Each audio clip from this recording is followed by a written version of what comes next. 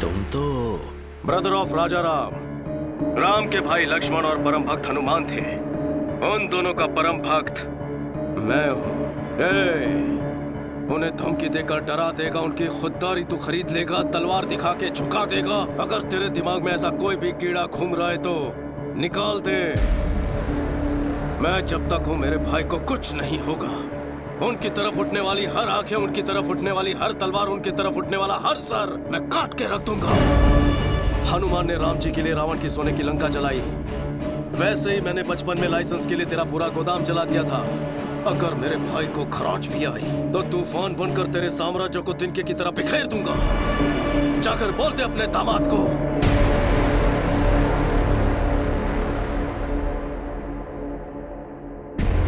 सुन बे, तूने कभी 440 वोल्ट का डेंजर बोर्ड देखा है? वार्निंग पढ़ने के बाद भी उसे अगर हाथ लगाया तो इंसान जलकर राख हो जाता है। वही करंट है ये। विकेट!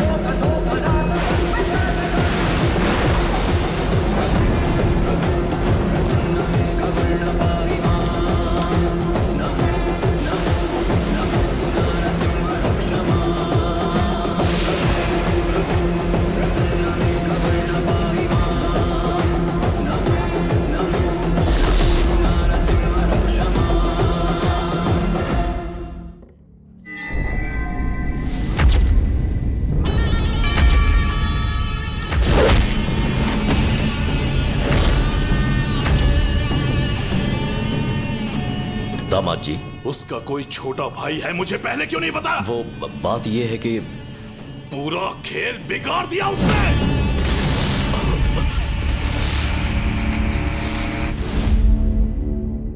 ये बचपन में ही घर से भाग गया था।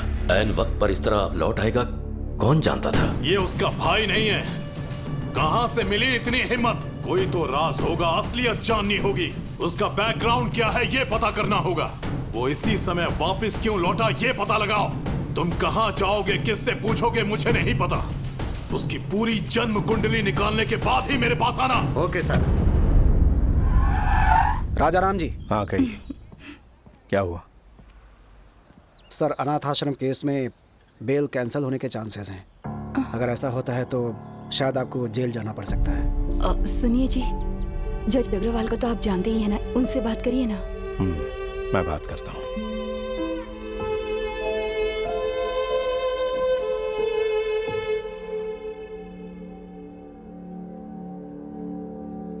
ईश्वर, हमेशा हम पर अपनी कृपा बनाए रखना।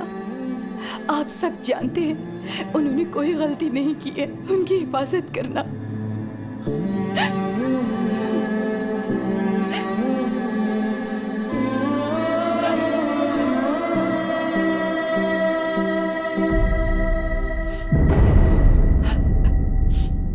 अब इस तरह आंसू तो छुपा लेंगी भाभी, लेकिन आंखों में जो दुख है उसका क्या?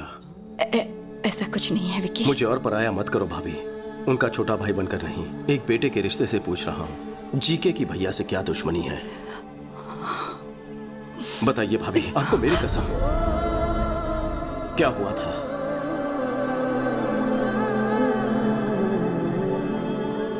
ऑर्गेनिक बिजनेस और उसके व्यापार के बारे में जनता को समझाने के लिए तुम्हारे भाई ने सालों तक कोशिश की। उनके इसी प्रयास को देखते हुए इंडियन फूड फोरम ने उन्हें सम्मानित करने का फैसला किया। सर्वे भवन्तु सुखिनः। सभी को मेरा नमस्कार। केंद्र सरकार की कृषि योजना और जैविक खाद्य को लेकर मैंने नया कुछ नहीं किया है। ऋषि मुनियों ने सालों पहले इसकी शोध की। वो हमारे राष्ट्र की संपदा है। बढ़ते रोग आधुनिक कृषि शैलियों की वजह से होते हैं। आजकल के किसान जो केमिकल्स इस्तेमाल करते हैं उसकी वजह से हम सबको नुकसान हो रहा है। उसके चलते हमारे शरीर और रक्त कोशिकाएं बीमारियों का घर बनती जा रही हैं।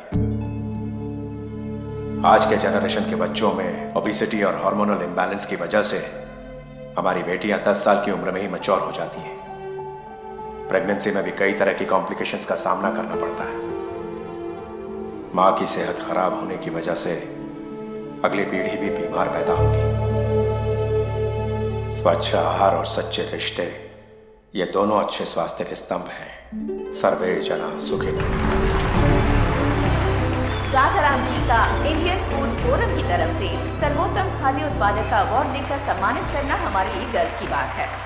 तभी जी के नाम के एक बिजनेसमैन के खिलाफ एक्सपोर्ट्स तो दूर, इंडिया में भी ऐसे प्रोडक्ट्स ना बनाने दूंगा ना बेचने दूंगा। तुम्हारे भाई के शिकायत करने पर जीके के सारे प्रोडक्ट्स बैन कर दिए गए, पर उसने ब्रांड का नाम बदलकर फिर से वही सारे प्रोडक्ट्स बेचना शुरू कर दिया। एक बार तुम्हारे भाई के ऑर्गेनाइज किए ऑर्गेनिक फूड एग्जीबिशन में पापा राव और उसके दामाद ने बिना परमिशन के स्टॉल लगाया। These are not organic. They are chemical products. इन्हें यहाँ स्टॉल किसने लगाने दिया? हमें नहीं पता राजा। आपका एंट्री पास कहाँ है? राजा राम, तुम्हें यहाँ आने में 1 मिनट देर कैसे हो गई? बाप रे बाप। ए मैनेजर, इन्हें बताया नहीं क्या? ये किसी ऐरे गहरे का नहीं, पापा राव का स्टॉल है। जैसे तुम वैसे तुम्हारे मिलावटी प्रोडक्ट्स। जी के ब्रांड्स कोई मामूली नाम नहीं है, इंटरनेशनल है। फिर तुम्हारे भैया ने एक प्रेस कॉन्फ्रेंस बुलवाकर जीके की सारी असलियत बता दी। इनमें परमिट लेवल से ज्यादा केमिकल्स हैं। ये मैं बिल्कुल चलने नहीं दूंगा। जीके फूड्स की वजह से कितने लोगों ने अपनी जान गंवाई है। जीके foods are dangerous. Say no to GK Foods. Eat food, not chemicals. GK Foods को बैन करो। तुम्हारे भाई के बयान की वजह से जीके के सारे शेयर्स गिर गए। उनका सारा इंटरनेशनल बिजनेस भी ठप पड़ गया। इनके पास सबूत है। इस एक स्टेटमेंट से जीके तुम्हारे भाई से डरने लगा। उसने पापा राव को हमारे होटल में भेजकर तुम्हारे भाई को धमकी दी। पापा राव, भोजन करते आदमी को उठाना पाप है क्या? यही है तुम्हारे संस्कार? सुन बे, जीके फूड के बारे में जो तूने कहा था वो स्टेटमेंट बदल दे। तू प्रेस को ये बता दे कि तुझे गलत सूचना मिली थी, भूल से ये बयान दिया। जीके फूड्स आर सुपर, बस इतना ही कहना है तुझे। अगर ऐसा नहीं कहा तो अंजाम बुरा होगा। मेरा चाहे जो भी अंजाम हो, तेरे दामाद के प्रोडक्ट सेफ है ऐसा मैं कभी नहीं कहूंगा। ये जीके जनता को जहर बेच रहा है, ये तुमने सही कहा था, लेकिन जीके कितना जहरीला है ये तुम्हें आगे पता चलेगा। उसके बाद जननी की शादी तय हो गई। जब भी हमारे घर में कोई खुशी का मौका आता तो अपने होटल से अनाथ बच्चों के लिए खाना भिजवाया जाता। हमारे घर की यही परंपरा रही है। लेकिन उस दिन जो खाना पहुंचा था उसमें किसी ने जहर मिला दिया था, जिसकी वजह से सारे बच्चे बीमार पड़ गए। हॉस्पिटल में जिंदगी और मौत के बीच झूलने लगे। मौके का फायदा उठाकर हमारे सुखी भवन होटल में किसी ने जहरीला खाना छुपा दिया और फिर इसके बारे में पुलिस को बता दिया। सारे सुखी भवन होटल को ताले लग गए। अनाथ बच्चों को जहर देने के आरोप में तुम्हारे भाई को अरेस्ट कर लिया गया।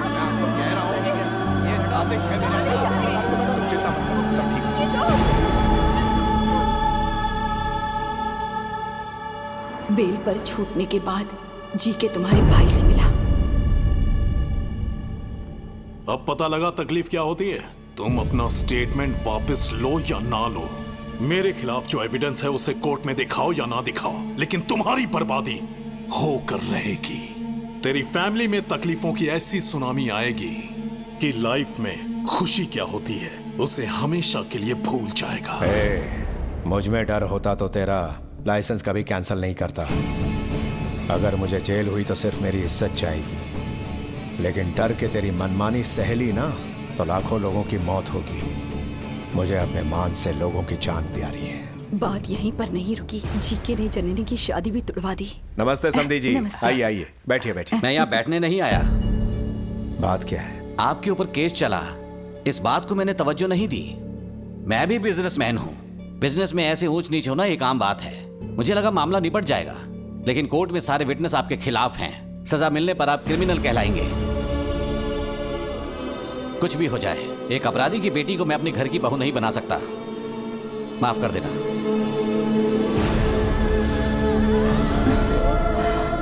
इस तरह से षड्यंत्रों के चक्रव्यूह में तुम्हारे भैया फंस गए और बिल्कुल अकेले पड़ गए थे, तभी तुम घर आए। घर में इतना सब कुछ हो गया, ये बात आपने मुझसे क्यों छुपाई? मन्नू चाचा, हाँ, विकी को हमारी प्रॉब्लम्स के बारे में पता नहीं चलना चाहिए। उसने अकेले रहकर न जाने कितने कष्ट उठाए होंगे। मैं उसे और कष्ट नहीं देना चाहता। जब तक वो यहाँ है, किसी के माथे पर शिकन नहीं आनी चाहिए। हमारे घर की खुशियों को हमसे छीन लिया गया है। मैं उन्हें वापस लेकर आऊंगा। आपने मुझे सब कुछ बता दिया है, ये भैया को पता ना चले।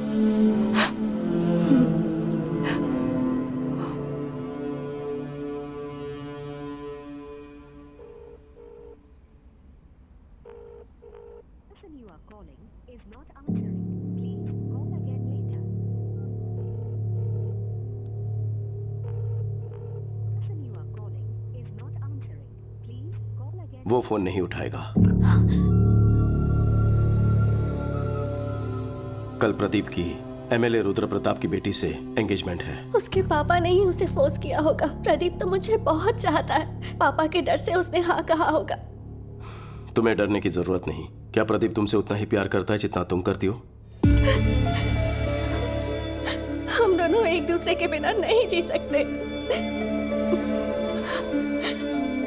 कल सुबह तैयार रहना, कल हम उसके पास चलेंगे। ओके? अभी समय है ना? हाँ। तो ये फ्रेश हो सकते हैं? ठीक। जाकर आराम करो बेटी। जया, तुम इसके साथ जाओ। आप बैठिए ना। चलो बेटा। हेलो, हाँ, मैं समीर बोल रहा हूँ। हाँ बोलिए। अब बोर्ड मीटिंग किस लिए? मुझे 1 घंटे का टाइम दीजिए, मैं आपके 50 करोड़ वापस कर दूंगा। आप यहाँ किस लिए आए हैं? पैसों के लिए आप अपने बेटे को नीलाम कर रहे हो। मैं सब जानता हूँ। बिजनेस में लगाए पैसे जब आपके पार्टनर्स ने वापस मांगे तो आप मजबूर हो गए सर। जीके के साथ हाथ मिलाने के लिए उसी ने रुद्र प्रताप के साथ रिश्ता जोड़ने कहा। आप एक बार भैया से बात तो कर लेते। इतनी बड़ी रकम चुकाना राजा राम के बस की बात नहीं है। 50 करोड़ हैं। अब तो समझ गए ना, मेरी समस्या आप लोग हल नहीं कर पाएंगे। मुहूर्त का समय हो चुका है, आप चाहिए। भाग्य में लिखा कोई नहीं डाल सकता।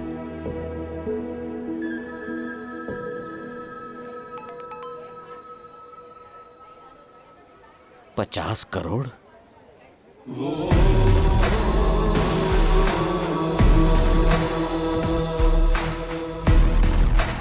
बेटा, 50 करोड़ की अमाउंट? सर, पैसे अकाउंट में आ चुके हैं। मजबूरी खत्म हो चुकी है। अब आप क्या करना चाहते हैं? जजमान, मुहूर्त निकल रहा है, दोनों को बुलाइए। पैसे तो आ गए हैं, अंदर रुद्र प्रताप से। वो मुझ पर छोड़ दीजिए। अब सब तैयारियां जल्दी जल्दी करनी है, वक्त बहुत कम है। क्या चाहिए तुम्हें? एक छोटा सा लाइव शो दिखाना है मुझे। अभी समय नहीं है मेरे पास। जेल में तसल्ली से देख लेना।